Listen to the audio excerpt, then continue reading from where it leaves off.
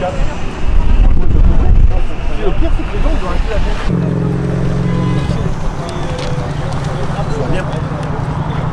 Ouais, je m'en fous, moi. Je vais aller chercher un véhicule à 40 000 €. C'est pas grave, je vous quitte à tout à l'heure, les amis. Alors aujourd'hui on fait une manifestation contre les ZFE, donc les zones à faible émission, qui vont être mises en place à partir du 1er juin sur tout le périmètre qui concerne l'A86, à l'intérieur de l'A86. C'est un périmètre très élargi et ça va être des ZFE qui vont être mises en place comme celle de la mairie de Paris. Alors les revendications, c'est que déjà socialement on trouve ça hallucinant qu'on impose à des gens qui n'ont pas forcément les moyens, puisque aujourd'hui on traverse une période de crise quand même assez importante, qui n'ont pas les moyens et qui souvent n'ont pas de quoi bouffer à la fin du mois, et là on va leur dire qu'il faut que vous jetiez vos vieux véhicules et que vous en rachetiez des neufs ou des électriques qui coûtent une fortune, donc prendre des crédits et tout c'est pas possible. Il y a plein de gens en banlieue et même à Paris d'ailleurs qui n'ont pas les moyens de faire ça.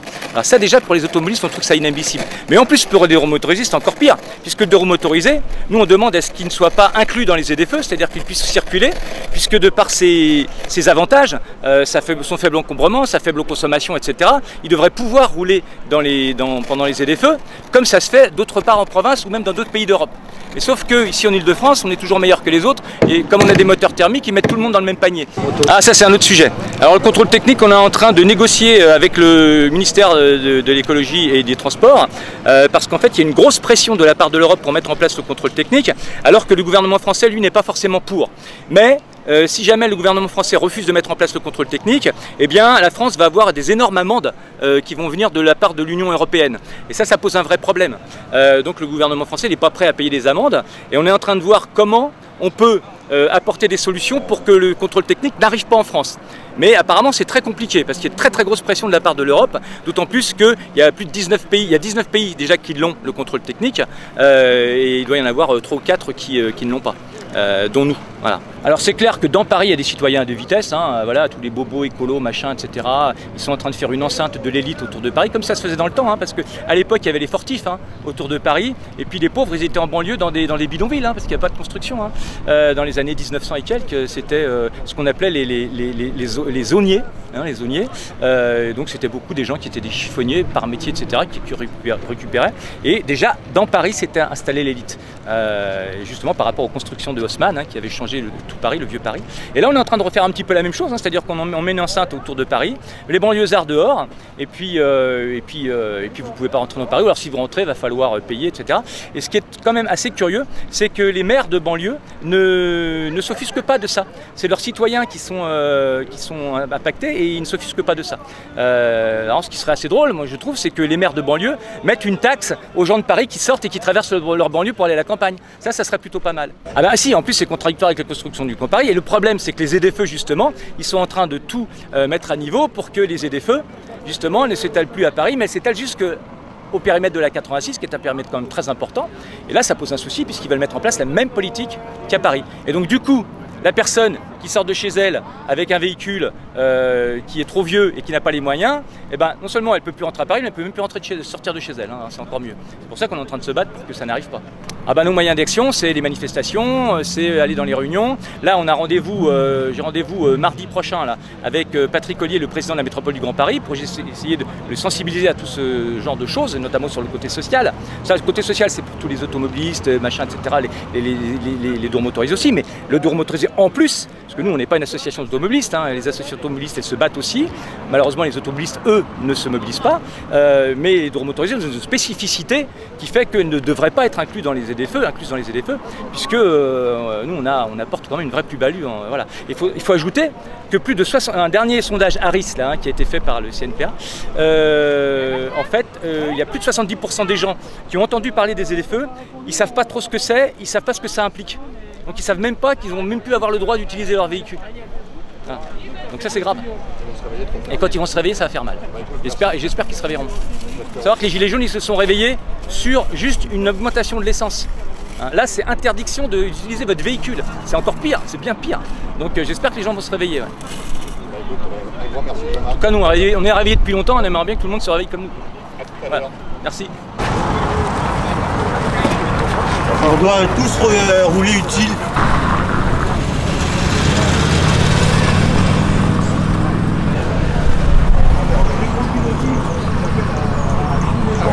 Bonjour, moi c'est Jean-Luc. Voilà, nous faisons un rassemblement encore exceptionnel entre guillemets avec les motards pour l'histoire de la ZFE. La ZFE, c'est la zone à faible émission. Donc toutes les personnes sont concernées. Il n'y a pas que les motards qui sont concernés. Les voitures vont être concernées, les autocars, les poids lourds, tous ceux qui ont des camping-cars. Et nous avons toutes les grandes villes qui sont concernées aussi. Voilà, je vais faire un petit... voilà. Les gens ils peuvent regarder. Nous avons Marseille, Nice, Toulon, Toulouse, Montpellier, Strasbourg et Rouen qui viennent de s'inclure. Et il y a Paris. Donc on fait un rassemblement comme ça parce qu'on est mécontent de ce problème-là. Nous avons des motards qui peuvent s'acheter des nouveaux véhicules, mais il y en a des anciens comme moi, je ne peux pas changer de véhicule. Ce véhicule-là, moi, il est de 98. Et je n'aurai pas les moyens de me mettre en conformité pour rouler dans les grandes villes. Donc j'appelle tout le monde à venir à la Porte Dauphine, avec le rassemblement des motards, pour faire un grand défilé, un grand cortège dans Paris. Voilà, merci.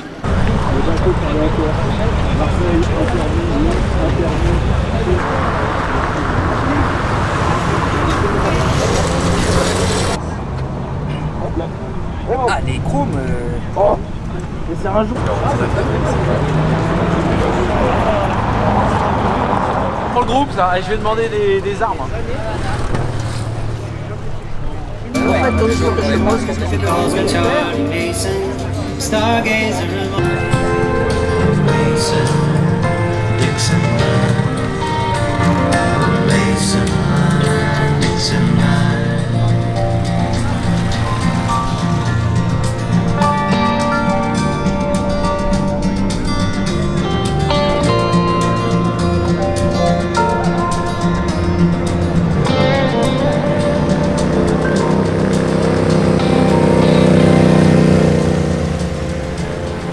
On est là pour protester contre plusieurs choses, je pense.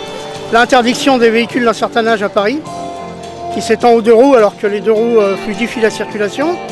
Le contrôle technique éventuel aussi. Toutes les mesures anti-liberté qui sont en cours en ce moment et qui vont nous tomber sur le dos bientôt. Pas du tout. On fait des manifs, mais bon, jusqu'à présent, ça n'a pas donné grand-chose, mais bon, on les fait. Non, ils n'écoutent pas. Ils sont complètement... ni le gouvernement, ni la mairie de Paris, ni personne. Je sais pas. Peut-être foutre le bordel, j'en sais rien. Je suis pas partisan, mais dans ce pays, si vous manifestez pacifiquement sans foutre le bazar, on vous écoute pas. On ne parle même pas de vous d'ailleurs. Voilà.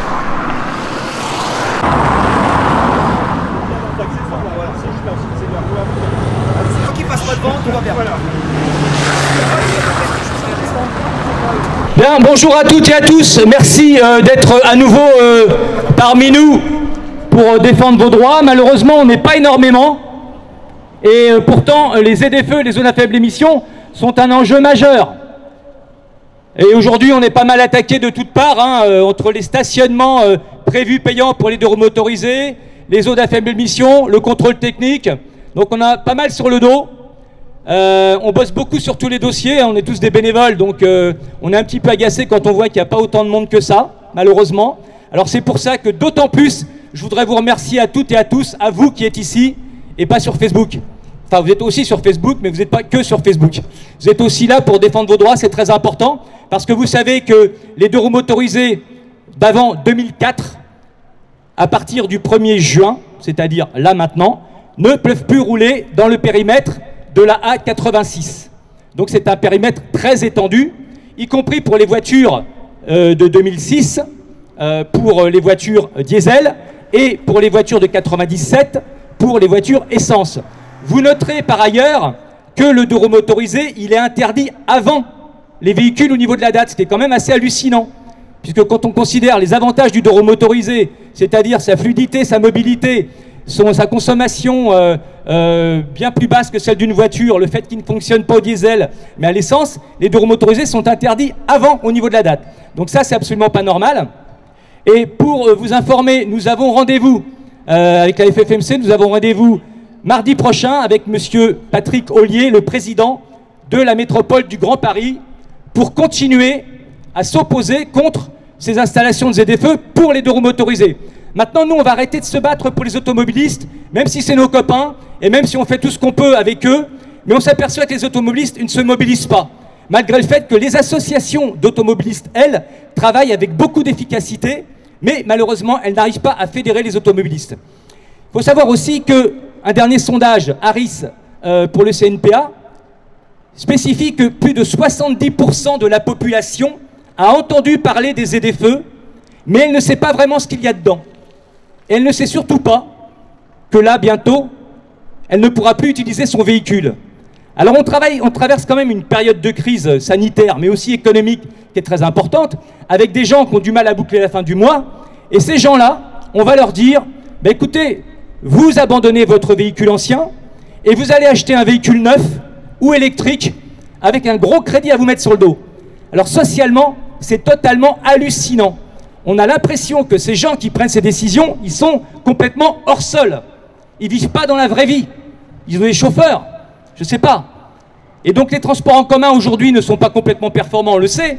Donc les gens qui travaillent de banlieue à banlieue, qui sont souvent très mal desservis, et de banlieue à Paris, eh bien ces gens-là, quand ils font 40 ou 50 km, ils peuvent pas venir à vélo, c'est pas possible.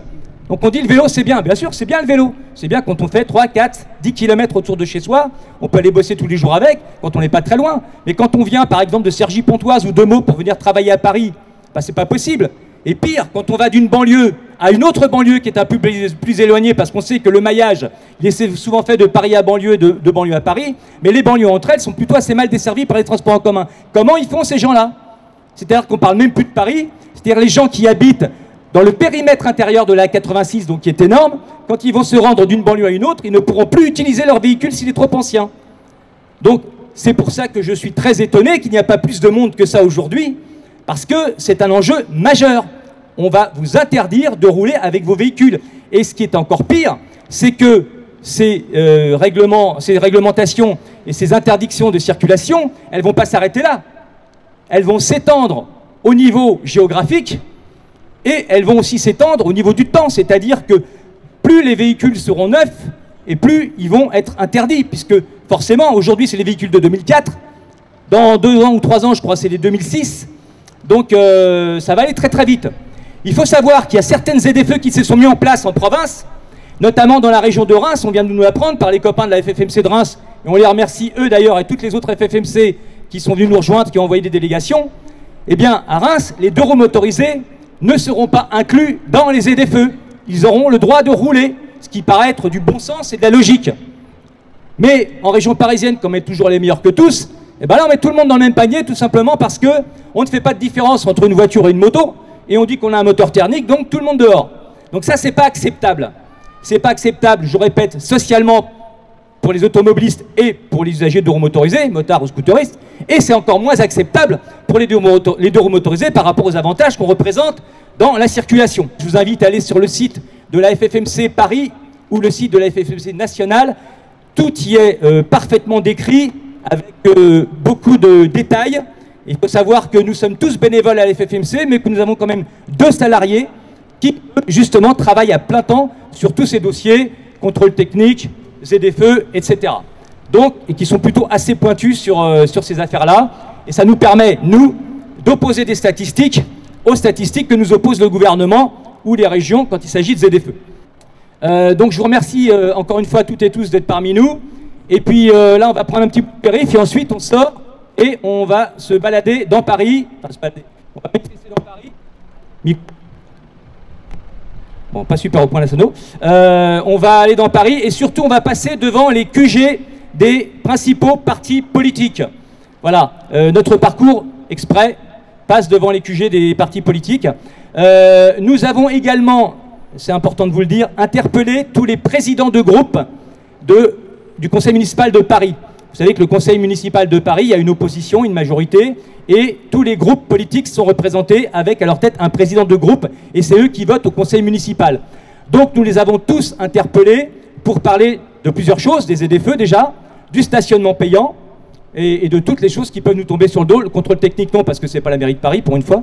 Eh bien, pour l'instant, il y a 3-4 semaines qu'on les a interpellés, et pour l'instant, nous avons eu une réponse du MODEM, que nous avons rencontré en visioconférence avant-hier, et une réponse du groupe écologique, des écologistes pardon, de Paris, avec lesquels on a une réunion le 9 juin. Voilà, les autres pour l'instant ne nous ont pas répondu, donc on va continuer à les solliciter pour qu'ils puissent nous recevoir ou nous voir en visio, de façon à ce qu'on leur propose nos arguments, parce qu'il faut savoir que ces gens-là votent bien souvent en méconnaissance de cause, c'est-à-dire qu'ils ne connaissent pas vraiment le dossier. Déjà, il y en a très très peu qui pratiquent le deux roues motorisé, et puis, du coup, ils nous confondent, ils disent, bah, par exemple, pour stationnement payant, bah, les voitures, elles payent. Bah, c'est normal que les motos, elles payent, puisqu'elles occupent l'espace public.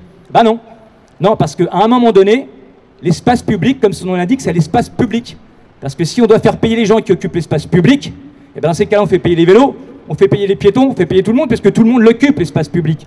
Et en fait, le financement de l'espace public, ça porte un nom très simple que tout le monde connaît, ça s'appelle les impôts. Et si une mairie a besoin des revenus du stationnement payant pour gérer son espace public, c'est qu'elle a un vrai problème de gestion. Normalement, ça va fonctionner avec les impôts. Voilà. Et encore une fois, on leur explique qu'un deux roues motorisé, ça apporte certaines plus-values par rapport à la congestion, au trafic, à la pollution, etc. On n'est pas la meilleure des solutions. La meilleure des solutions, c'est le vélo pour ne pas polluer, bien évidemment, mais quand on n'habite pas trop loin. Mais on est en tout cas une excellente solution, une solution alternative. Donc il faut tenir compte. Et plutôt que de taxer le deux roues motorisé, il faut au contraire le promouvoir. D'autant plus que, en termes de circulation, là aussi c'est une statistique intéressante, nous représentons 2% des déplacements en Île-de-France. 2% des déplacements. 13% à Paris. Si on revient sur les ZFE, donc les véhicules qui n'ont pas le droit de circuler d'avant 2004, on va donc interdire environ 20% de 2% de véhicules. Est-ce que vous pensez vraiment que la qualité de l'air en Île-de-France va s'améliorer si on élimine si peu de véhicules? Donc on est bien là dans un problème politique et dans une confusion, et non pas dans la recherche de la performance écologique. Parce que c'est pas parce qu'on va interdire 20% de 2% de deux roues motorisés que tout à coup ça va aller mieux en Île-de-France au niveau de la pollution. J'ajouterais même que certaines banlieues, comme notamment le 93 ou même le 92, où on va pénaliser donc leurs habitants par rapport aux ZFE en leur interdisant de circuler avec leurs véhicules, et bien souvent ils n'y sont pour rien, parce que ces régions-là, ces départements-là, pardon, sont traversés par des autoroutes qui sont empruntées bien souvent, pas forcément par les gens eux-mêmes, mais par des gens qui viennent de plus loin. Et c'est ça aussi qui crée la pollution. Donc ces autoroutes qui traversent ces départements, eh bien c'est les gens qui habitent dans ce département qui vont payer les pots cassés. La A3, la A4, la 86, tout ça. Les gens qui habitent dans le 93, par exemple, bah, ils n'empruntent pas forcément tous l'autoroute d'un bout à l'autre. C'est souvent des gens qui viennent de plus loin, ou des Parisiens qui sortent pour aller en week-end. Et ça, c'est une idée aussi, puisque les Parisiens, ils mettent une antenne, une enceinte de l'élite. Ils sont en train, en fait, de refaire les fortifs. Vous vous souvenez de l'époque d'avant les années 50, avant que le périph' soit mis en place, il y avait ce qu'on appelle les fortifications autour de Paris. Eh bien, ils sont en train de refaire la même chose, sauf que ce sont des fortifications virtuelles et non pas physiques en pierre. Alors, ce qui serait une idée aussi, c'est que comme les Parisiens, ils veulent interdire les banlieusards de rentrer chez eux, ou en tout cas, il faut que les banlieusards achètent des voitures neuves. Eh bien, ce qui serait intéressant, c'est que les maires des banlieues, ils mettent une taxe pour les Parisiens qui sortent de Paris pour aller en week-end à la campagne et qui traversent leur territoire. Ça serait logique aussi. Mais ça serait tout aussi con, bien évidemment, aussi con que ce que est en train de faire Paris. Donc voilà, c'est pour ça qu'on est là aujourd'hui, et pour développer tous ces arguments auprès des politiciens qu'on va rencontrer, en espérant qu'ils fassent autre chose que de nous écouter, mais surtout qu'ils nous entendent. Voilà. En France, c'est pas évident de se faire entendre par les élus politiques, on le sait très bien.